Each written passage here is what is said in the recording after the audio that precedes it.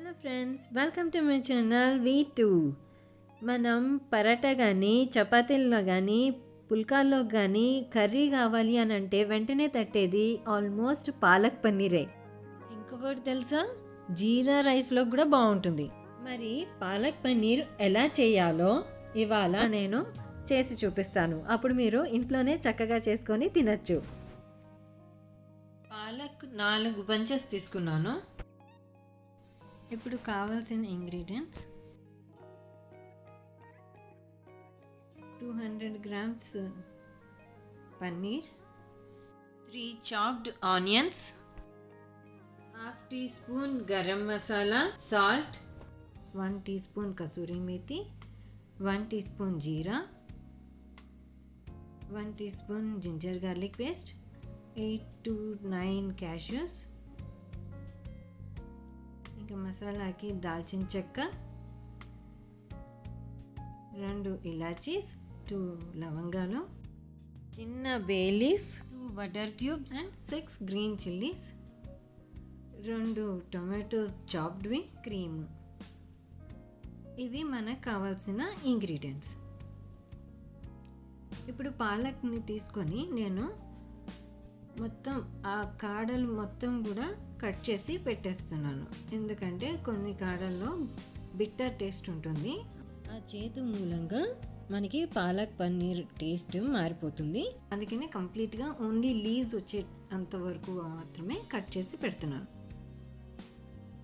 ఇలా చూసారా, ఎక్కడా కూడా కాడలు లేవు.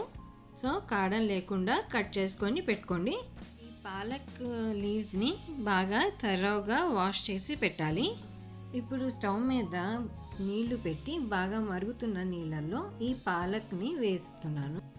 ఇలా బ్లాంచింగ్ చేయడంతో పాలక్ సేమ్ కలర్ మెయింటైన్ అవుతుంది. మన కర్రీ కూడా మంచి కలర్ ఉంటుంది. మీరు కూడా ఇలా ట్రై చేసి చూడండి. ఇది 2 minutes బాయిల్ అయిన తర్వాత ఈ పక్కన ఉన్న ఇంకొక గిన్నెలో చూసారా, క్యూబ్స్ వేసి చల్లటి నీళ్ళు వేసి పెడుతున్నాను. ఇప్పుడు ఉడికిన ఈ పాలక్ని ఈ చల్లటి నీళ్ళల్లో వేసి పెడతాను. ఇప్పుడు చూస్తున్నారు కదా, ఈ చల్లటి నీళ్ళల్లోకి పాలక్ని వేస్తున్నాను. వేయంగానే మళ్ళీ తీసి వడగట్టేస్తున్నాను. అప్పుడు palak colour as it is అలానే ఉంటుంది. ఇప్పుడు కడాయి పెట్టి నూనె వేస్తున్నాను. నూనె వేడెక్కాక పాలక్ వేస్తున్నాను. ఆ తర్వాత పచ్చిమిరపకాయలు వేస్తున్నాను. తర్వాత జీడిపప్పు. ఇది కొంచెం 2 నిమిషాలు వేయిస్తున్నాను. జీడిపప్పు మాడకుండా చూడండి. లైట్ ఎల్లో కలర్లోకి రాగానే స్టవ్ ఆపేసేసి గ్రైండర్లో వేస్తున్నాను. కొంచెం పాలక్ అది అంతా కూడా చల్లారాక గ్రైండ్ చేసి పేస్ట్ చేస్తున్నాను. పేస్ట్ రెడీ అయిపోయింది. ఇప్పుడు మళ్ళీ కడాయి పెట్టి అందులో గరిటె నూనె వేసి ఒక బటర్ క్యూబ్ వేసాను. అందులో జీరా వేసి మిగిలిన అన్ని దాల్చిన చెక్క, లవంగము, ఇలాచీ, బే లీఫ్ కూడా వేసి వేయిస్తున్నాను.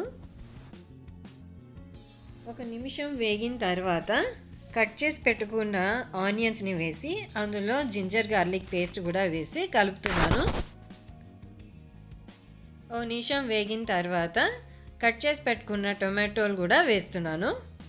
ఇప్పుడు సాల్ట్ వేసి 1 నిమిషం ఉంచితే టొమాటోస్ మగ్గిపోతాయి.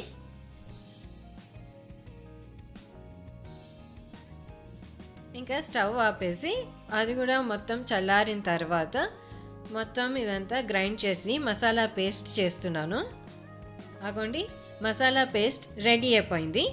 ఇంకా మళ్ళీ కడాయి తీసుకొని ఇంకొక బటర్ క్యూబ్ ఉంది కదా, అది వేసి అప్పుడు మసాలా పేస్ట్ వేసి కలుపుతున్నాను. అది కొంచెం మసాలా పేస్ట్ గట్టిగా ఉంది అని అనుకుంటే కొంచెం వాటర్ వేసి కలపచ్చు. కొంచెం వేగిన తర్వాత గరం మసాలా వేస్తున్నాను. ఇది కూడా మంచిగా కలిపిన తర్వాత కసూరి మేతిని మన అరిచేతిలో పెట్టుకొని బాగా నలిచి వేసేసి అప్పుడు అది కూడా కలిపేయాలి. ఇంకా పాలక్ పేస్ట్ వేయాలి.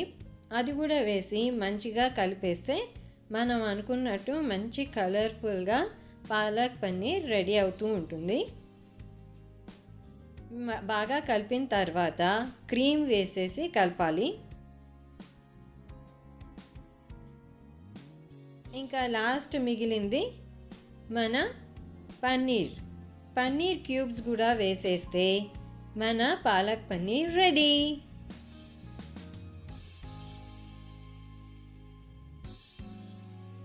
పాలక్ పన్నీరు చపాతీలోకి, పుల్కాల్లోకి, ఎనీ పరాటాల్లోకి కూడా చాలా బాగుంటుంది. ఇందాక చెప్పినట్టు జీరా రైస్లోకి కూడా బాగుంటుంది. చాలా టేస్టీగా ఉంటుంది. చాలా తొందరగా కూడా అయిపోతుంది. నా వీడియో మీకు హెల్ప్ఫుల్ అవుతుందని అనుకుంటున్నాను. అలానే ఈ వీడియో నచ్చితే నా ఛానల్ని లైక్ చేయండి, షేర్ చేయండి అండ్ సబ్స్క్రైబ్ కూడా చేయండి. అండ్ పక్కనే ఉన్న బెల్ ఐకాన్ని కొట్టడం మర్చిపోవద్దు. నా నెక్స్ట్ నోటిఫికేషన్స్ మీకు వస్తూ ఉంటాయి. అప్పటి వరకు బాయ్.